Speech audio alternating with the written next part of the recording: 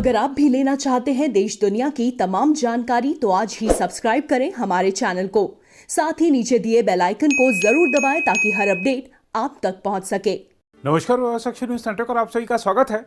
राष्ट्रवादी Congress party के प्रमुख शरद पवार ने दावा किया है कि इस हफ्ते की शुरुआत में 8 विपक्षी दलों की जो बैठक उनकी मेजबानी में हुई थी उसका विषय राष्ट्रीय गठबंधन बनाना नहीं था। उन्होंने यह भी कहा कि यदि ऐसा कोई गठबंधन बनता भी है तो उसका नेतृत्व सामूहिक होना चाहिए।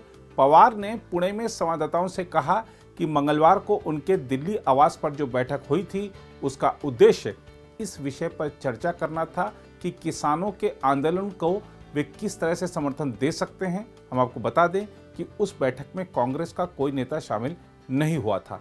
ऐसी अटकलें लगाई जा रही थीं कि बैठक का एजेंडा संभावित गठबंधन पर चर्चा करना था जो भाजपा का विकल्प बन सके।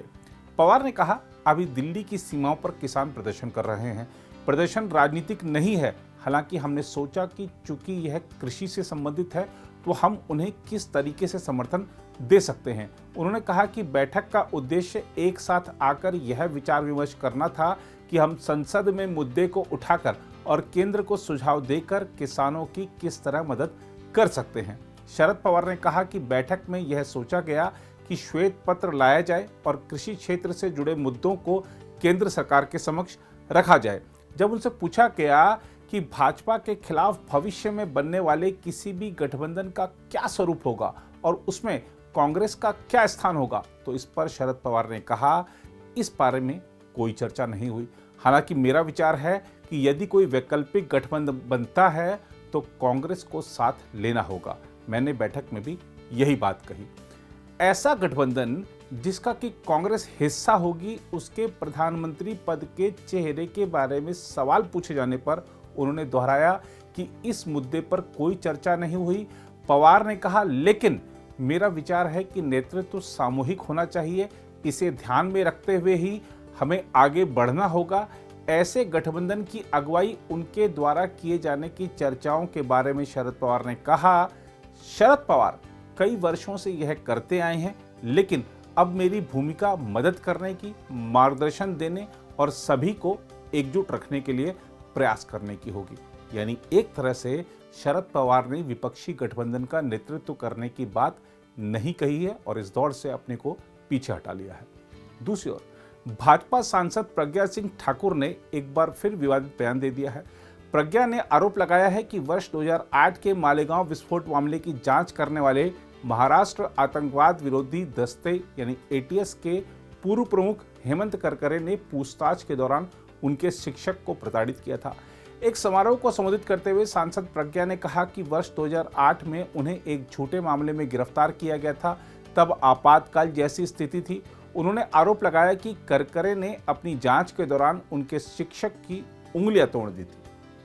एक इमरजेंसी लगी थी 1975 में और एक इमरजेंसी जैसी अवस्था बनी थी 2008 में, जिस दिन मालेगांव ब्लास्ट में साध्वी प्रज्ञा सिंह ठाकुर को अंदर किया गया था। मैंने स्वयं उस चीज को झेला भी है, देखा भी है और सुना भी है। और हमारे लोग, मेरे आचार्य जी जिन्होंने मुझे पढ़ाया कक्षा 8वीं में, उनकी उस हेमंत करकरे ने, जिसको लोग देशभक्त कहते हैं, वहां के लोग थकते नहीं है, पर वास्तव में जो देशभक्त हैं वो उसको देशभक्त नहीं कहते हैं। उन्होंने हमें कक्षा 8वीं में पढ़ाने वाले आचार्य जी और शिक्षक को उनकी उंगलियां तोड़ दी। बोलो तुमने, बताओ तुम कि वो क्या करती थी। मैंने अपना घर वर्षों पहले छोड़ दिया था, मैं संगठन मंत्री थी। देश के लिए मैंने अपने को जीवन समर्पित किया था, लेकिन भय बनाने के लिए कक्षा छोटी क्लास में स्कूल में पढ़ने वाले हम और पढ़ाने वाले हमारे शिक्षकों की भी उंगलियां तोड़ी और पसलियां तोड़ी। ये किस लिए था? क्या ये लोकतांत्रिक था? झूठा केस लगाना।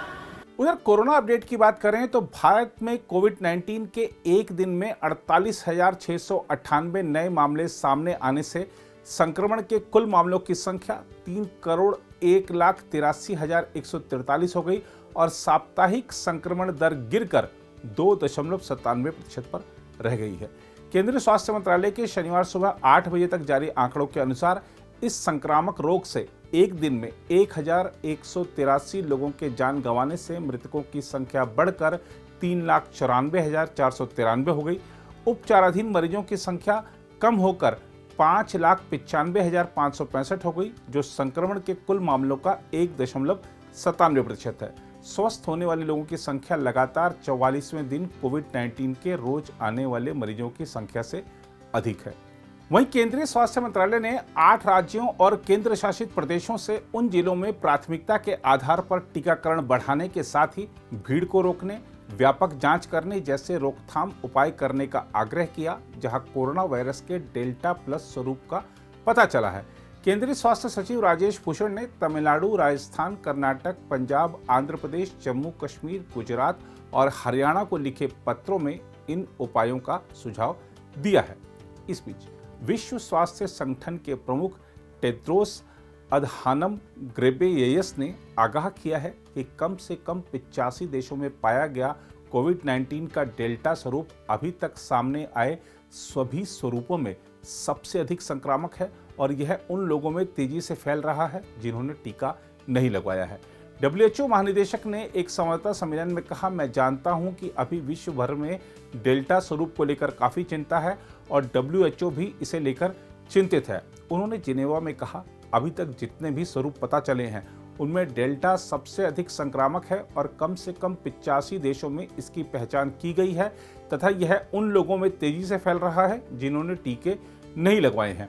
उन्होंने कुछ देशों में जन स्वास्थ्य और सामाजिक उपायों में ढील दिए जाने पर चिंता जताते हुए कहा, हमें दुनिया भर में संक्रमण बढ़ते हुए दिखना शुरू हो गया है। ज़्यादा मामलों का मतलब है अधिक संख्या में मरीजों का अस्पताल में भर्ती होना, जिससे स्वास्थ्य देखभाल कर्मियों और स्वास्थ्य व्यवस्था पर दबाव बढ़ेगा और मौत होने का खतरा बढ़ेगा।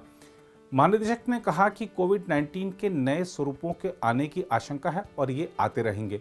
उन्होंने कहा, विषाणु ऐसा ही करते हैं, वे पैदा होते रहते हैं, लेकिन हम संक्रमण को फैलने से रोककर स्वरूपों को आने से रोक सकते हैं।